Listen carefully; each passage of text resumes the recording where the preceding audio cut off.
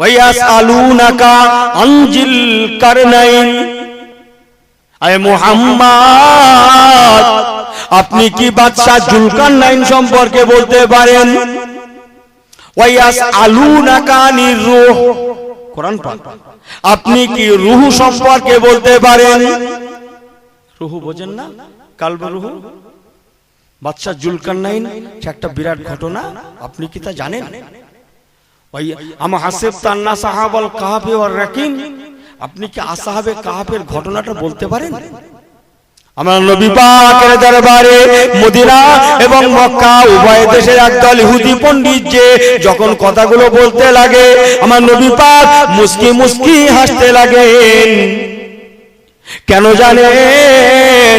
আমার নবী পাক বলেছেন, মক্কা এবং মদিনার ইহুদি পণ্ডিতেরা আমাকে যখন প্রশ্ন করেছিল, তার কিছুক্ষণ আগে নাজালা বিহি রুহুল আমিন, হযরত জিবরাইল আমিন এসে আমি রাসূলুল্লাহর দরবারে ঠিক এই তিনটে প্রশ্নের জবাব, ঠিক এই তিনটে প্রশ্নের উত্তর আমি রাসূলুল্লাহকে ফেরেশতা জিবরাইল আমিন বলে দিয়ে গিয়েছেন।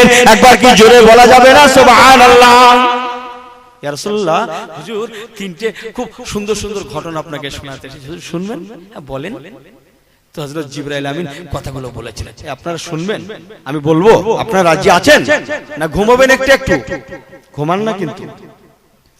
প্যারে হাজিরিনে মজলিস, আমার রাসূল পাক সরকারে দু আলমকে মক্কা এবং মদিনার ইহুদি পণ্ডিতরা নাস্তা নাবুদ করে ছাড়লো, প্রশ্ন ছুড়লো, বলুন আসহাবে কাহফ সম্পর্কে আপনি বলুন, বলুন ওয়ায়াসআলুনাকা আনজিল কারনাইন, বাদশা জুলকারনাইন সম্পর্কে বলুন। আমার রাসূল পাক মুস্কি মুস্কি হাসছেন, ওদের রাগটা বাড়বে না কমবে?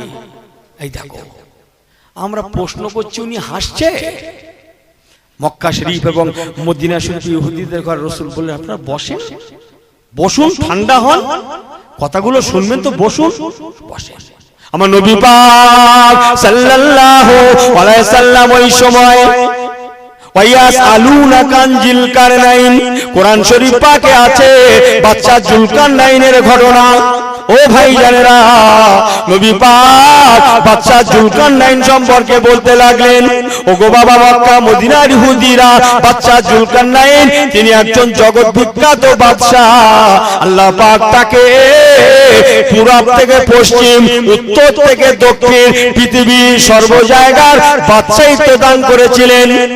একাধারে তিনি যেমন রাজ্যপাট চালিয়েছেন, বাদশাহিত্ব করেছেন, অপরদিকে তিনি ছিলেন একজন আল্লাহর ওলি, আবেদ বান্দা। ও মক্কা মদিনার ইহুদি পণ্ডিতেরা, তবে শুনুন, বাদশা জুলকারনাইন উনি এক তারিখে একটা আলেমদের মাহফিলে গেলেন।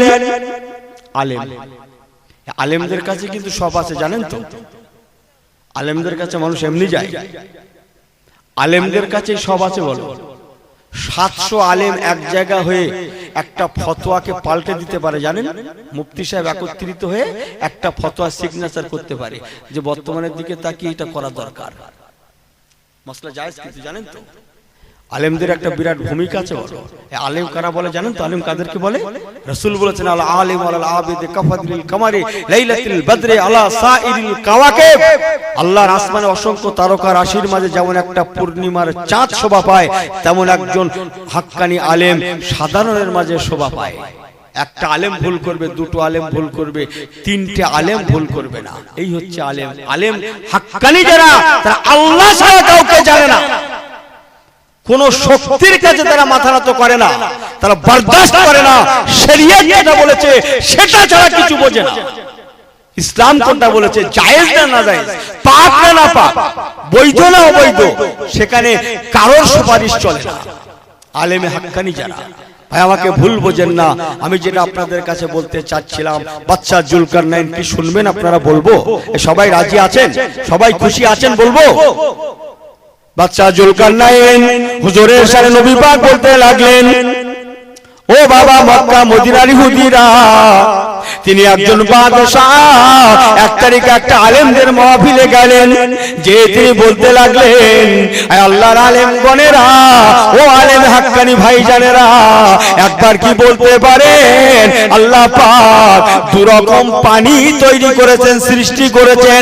একটা পানির নাম ইন্না আতাইনা কাল কাউসার, আবে কাউসারের পানি, আর একটা পানি হচ্ছে আবে হায়াতের পানি, একটা অমরত্বর পানি আর একটা আবে কাউসারের পানি।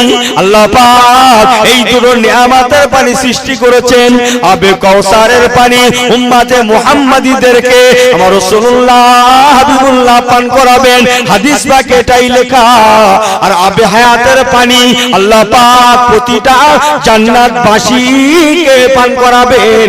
প্রতিটা জান্নাতি জান্নাতে যাওয়ার আগে আবে হায়াতের পানি পান করবেন, অমরত্বর পানি পান করবেন, যদ্বারা কোন জান্নাতি খালিদিনা ফিহা কোন দিনের জন্য আর মরণ হবে না, আবাদান চিরকালের জন্য হয়ে যাবে। আবে হায়াতের পানি, অমরত্বর পানি। আল্লাহর আলেমরা একবার বলবেন, আবে হায়াতের পানির কুয়াটা কোথায়, পানি কোন জায়গায় আল্লাহ রেখেছেন, আবে হায়াতটা কোথায়, অমরত্বর পানিটা কোথায়?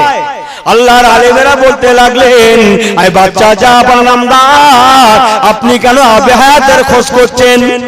শুনেছি আবে হায়াত নাকি দুনিয়াতেও আছে। বলে হ্যাঁ আছে, আবে হায়াত এ দুনিয়াতেও আছে। একবার কি সন্ধান দেবেন আবে হায়াতের পানিটা কোথায়? কেন বাচ্চা জাপানা? আল্লাহর আলেমগণেরা, আমি আবে হায়াতের পানি পান করতে চাই আর কিয়ামত পর্যন্ত বেঁচে থাকতে চাই। কুল্লু মান আলাইহা ফানিউ, কিয়ামতের আগ পর্যন্ত বেঁচে থাকতে চাই আর সারা জীবন আল্লাহর ইবাদতে আমি মশগুল থাকতে চাই। একবার কি জোরে বলা যাবে না সুবহানাল্লাহ? কোথায় আছে একবার বলবেন? আল্লাহর আলেমেরা বলেছিলেন, আবে হায়াত যেখানে আছে আল্লাহ ছাড়া কেউ জানেন না। তবে এতটুকু বলবো, যেখানে আবে হায়াত আছে সেখানে সূর্যের আলো যেমন নাই, চাঁদের কিরণও তেমন নাই। একটা নিরালা নির্জন জায়গা, আবে হায়াতের পানি আল্লাহর আসমান থেকে ফোঁটায় ফোঁটায় সেখানে পড়ছে। আল্লাহ পাক যার নসিবে রাখবেন দুনিয়াতে সেই ব্যক্তি পান করতে পারবে, আর কিয়ামত পর্যন্ত দুনিয়াতে তিনি বেঁচে থাকবেন।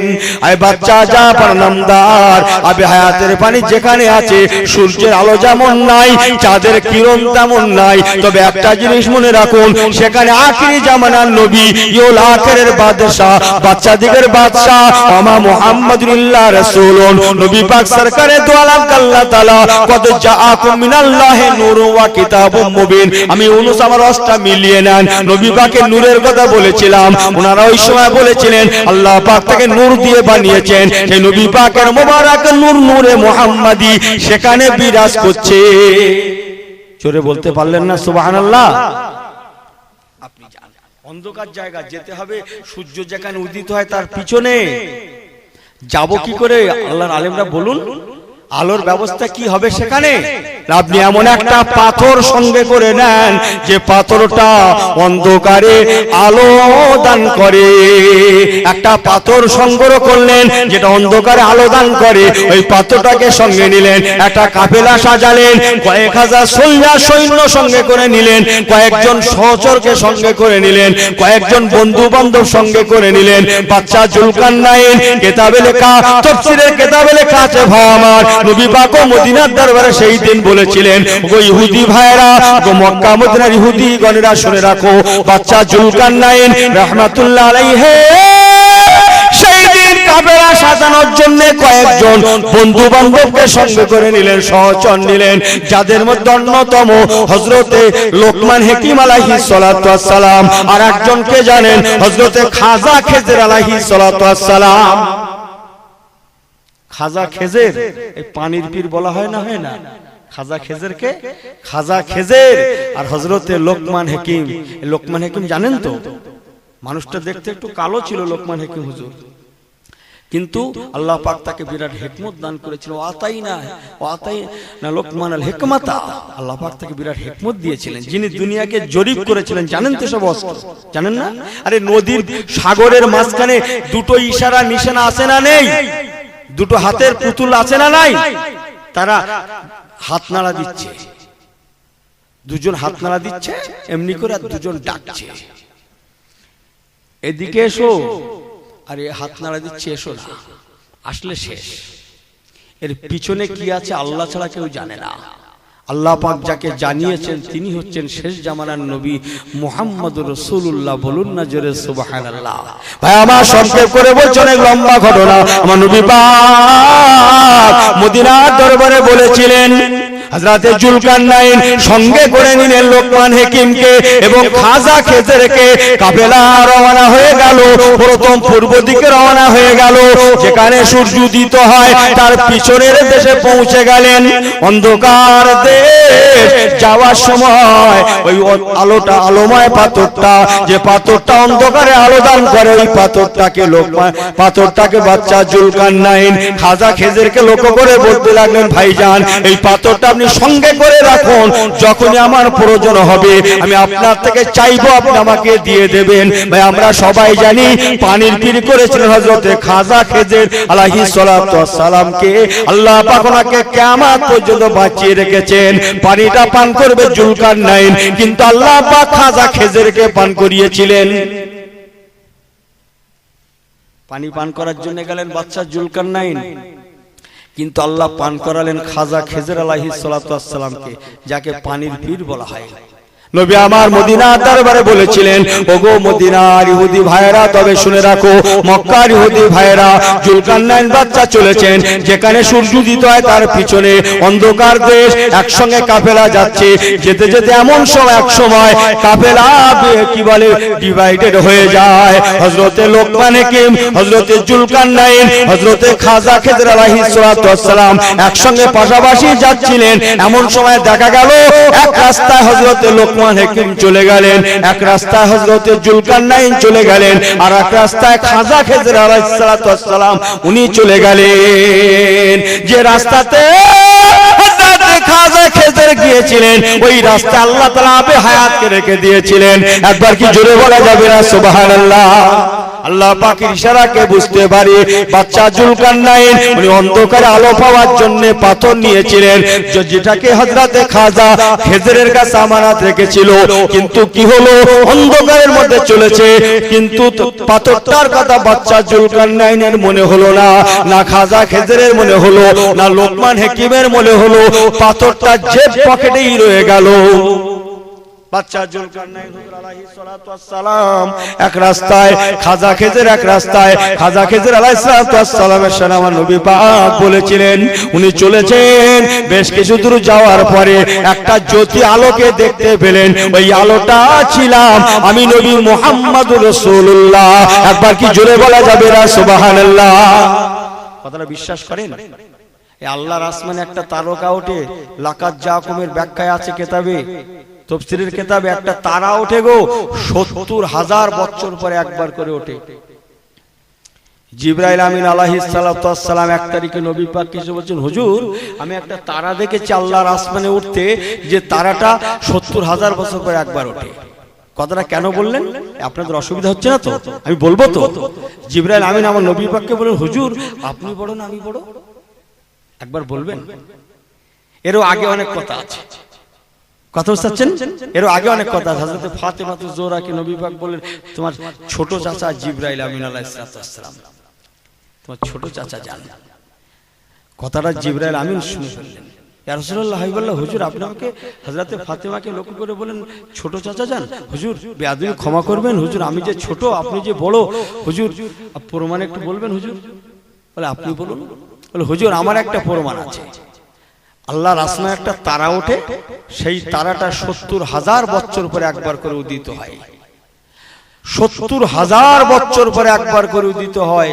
ওই তারাটাকে আমি জিবরাইল আমিন ৭২,০০০ বার দেখেছি। বলুন না জোরে সুবহানাল্লাহ। আমার নবী পাক মুস্কি হাসতে লাগলেন।